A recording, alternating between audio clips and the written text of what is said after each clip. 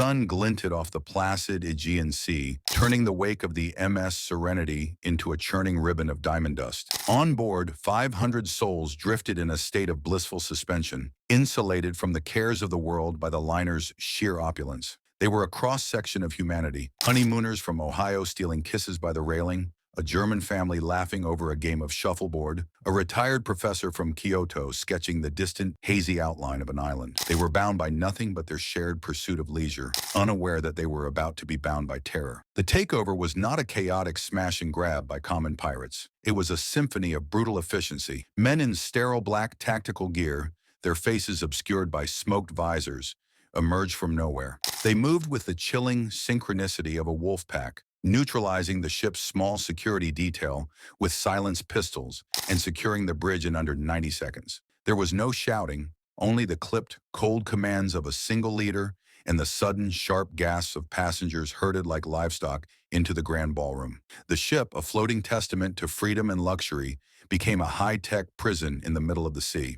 Despair began to curdle the air in the ballroom. People wrote final letters, recorded tearful messages on hidden phones, and held each other tight. It was during the final 24 hours that Eris Thorne's world fractured. He was being escorted to the infirmary to treat a diabetic passenger when he saw it. Through a momentarily open door to the ship's small specialized research lab, its serial number sparking a jolt of horrifying recognition in his mind. He had seen it before, in a proposal he had reviewed and dismissed as dangerously unstable 2 years prior. Project Charybdis. His blood ran cold. He feigned a dizzy spell, slumping against the corridor wall to buy a few more seconds of observation. The pieces began to slam together in his mind with nauseating force. The targeted efficiency of the attack, their interest in the ship's layout, the specific choice of the Serenity. It wasn't random. The demand to control the ocean gyres wasn't the goal. It was the most brilliant misdirection in the history of terrorism. He found Elena and Captain Rostova, his face pale, his voice a ragged whisper. "It's not about us," he choked out, the words feeling alien in his mouth. "It was never about us." He explained what he saw. Project Charybdis was a top-secret bioremediation agent, an engineered microbe designed to consume petroleum-based plastics. The initial theory was revolutionary, a bacterial strain that could literally eat the Great Pacific Garbage Patch. But the final report, the one he had flagged, warned of a catastrophic flaw. The agent was too aggressive, too adaptable. Once released, it couldn't differentiate between a plastic bottle and the polymer-based seals in a submarine's hull, the insulation on a sub-oceanic cable, the components of a desalination plant, or the nylon in a fishing net. It wouldn't just clean the ocean. It would dismantle the technological skeleton of the modern world that touched the sea. And a highly concentrated, weaponized sample of that agent was being secretly transported in the Serenity's lab. This was what truly shocked the world. Not the hostage-taking, but the revelation that followed. Elena, her hands trembling, managed to get a signal. She bypassed the official channels, sending a frantic, encrypted data burst directly to a trusted colleague at a major news agency. Her message was simple and terrifying. Hostage demand is a feint. Target is bioagent on board. Code name Charybdis. They plan to release it. This is not eco-terrorism. It is global extinction. The news exploded across the globe. The crisis was instantly reframed. The 500 hostages were no longer just human shields. They were sitting on a biological doomsday device. Kalis didn't want to rule the gyres. He wanted to unleash an unstoppable plague upon the ocean, to force humanity back from the shores by rendering the seas an unusable, corrosive wasteland. The world learned of their plight not through a frantic distress call, but through a calm, globally broadcast message. A figure, his features digitally obscured into a shifting mosaic, appeared on every major news network. He called himself Kalis, and his group, the Viridian Hand.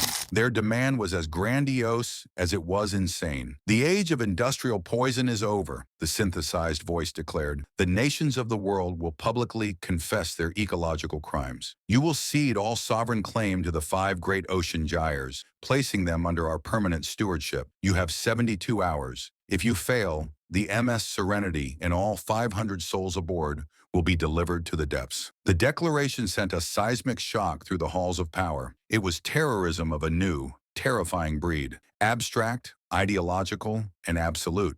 Navies scrambled, but the Viridian Hand made it clear the Serenity was laced with enough semtex to atomize it. A direct assault was suicide for the hostages. So the world watched. The 500 passengers and crew, whose names and faces now looped endlessly on screens from Tokyo to Toronto, became the world's most famous prisoners.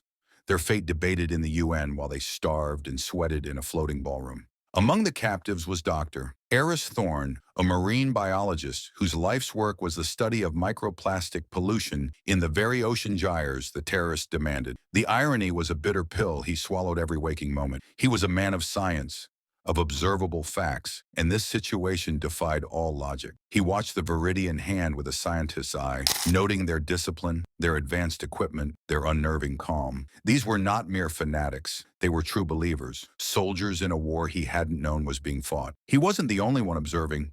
Elena Vance, a freelance journalist who had been celebrating a recent syndication deal, had managed to conceal a small satellite phone and a power bank. In stolen moments, hidden in the cramped bathroom stalls, she documented everything. The hushed whispers of the hostages, the gaunt face of the ship's captain, Eva Rostova, the chillingly detached manner of the guards. She was living the story of a generation, a story she might not survive to tell. Captain Rostova was the bedrock upon which the hostages' fragile hope was built. A veteran mariner with eyes the color of a winter sea, she negotiated with Kailas for extra water, for blankets for the children, for any small comfort that might preserve their humanity. But in her private conversations with Eris, she confessed her deep unease. "They don't behave like hostage takers," she murmured one evening, as they watched two guards meticulously calibrate a strange-looking device near the engine room access. "They are too precise. They are interested in the ship's systems, its schematics. It feels like they're preparing for something else. The hostages are almost an inconvenience to them." The deadline drew closer, a guillotine poised over the neck of the world's conscience. Global leaders offered concessions, proposed summits, anything to buy time. Callas rejected them all with cold disdain. He was an apocalypticist, an artist painting his masterpiece with the canvas of civilization. On board the Serenity, the revelation sparked a rebellion born of absolute desperation. Waiting for rescue was no longer an option. Captain Rostova, Eris, Elena, and a handful of hardened crew members formulated a plan. They would not be victims in the preamble to the end of the world. Using her intimate knowledge of the ship, Rostova triggered a series of minor, cascading system failures, creating chaos and drawing the guards away from their central posts. It was the distraction they needed. Eris, his mind racing with chemical formulas and biological imperatives, knew their only chance was to superheat the Aegean, to denature its proteins before it could be aerosolized and released into the ship's ventilation and then the ocean. The fight was a blur of primal fear and desperate courage in the narrow antiseptic corridors leading to the lab. A burly ship's engineer tackled a guard. Elena smashed a fire extinguisher into a control panel. It was clumsy, brutal, and horrifyingly real. Eris and Rostova finally breached the lab, coming face to face with Kalis, who was standing before the containment unit, his hand on a large red lever. The mosaic on his visor was gone, revealing a man with the serene, empty eyes of a prophet. "You see, don't you?" Kalis said, his voice no longer synthesized. "It's not a confession we need, it's a baptism,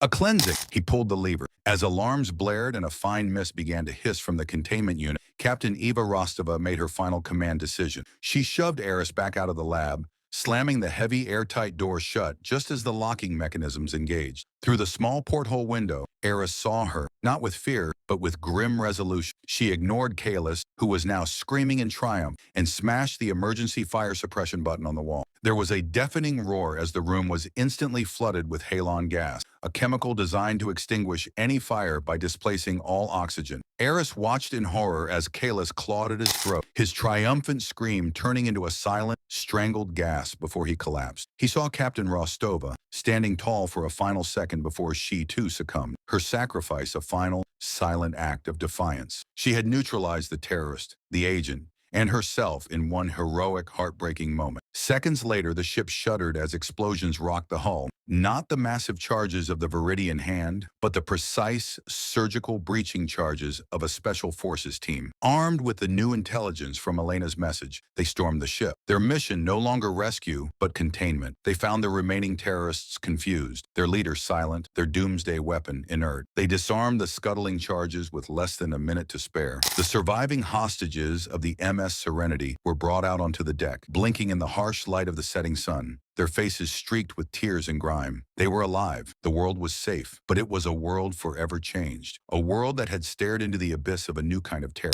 The story was not about 500 hostages trapped at sea. It was about the moment humanity realized that its greatest creations could be turned into the instruments of its own annihilation. And that sometimes the line between salvation and oblivion is as thin as a ship's hull, defended by the courage of a few good people.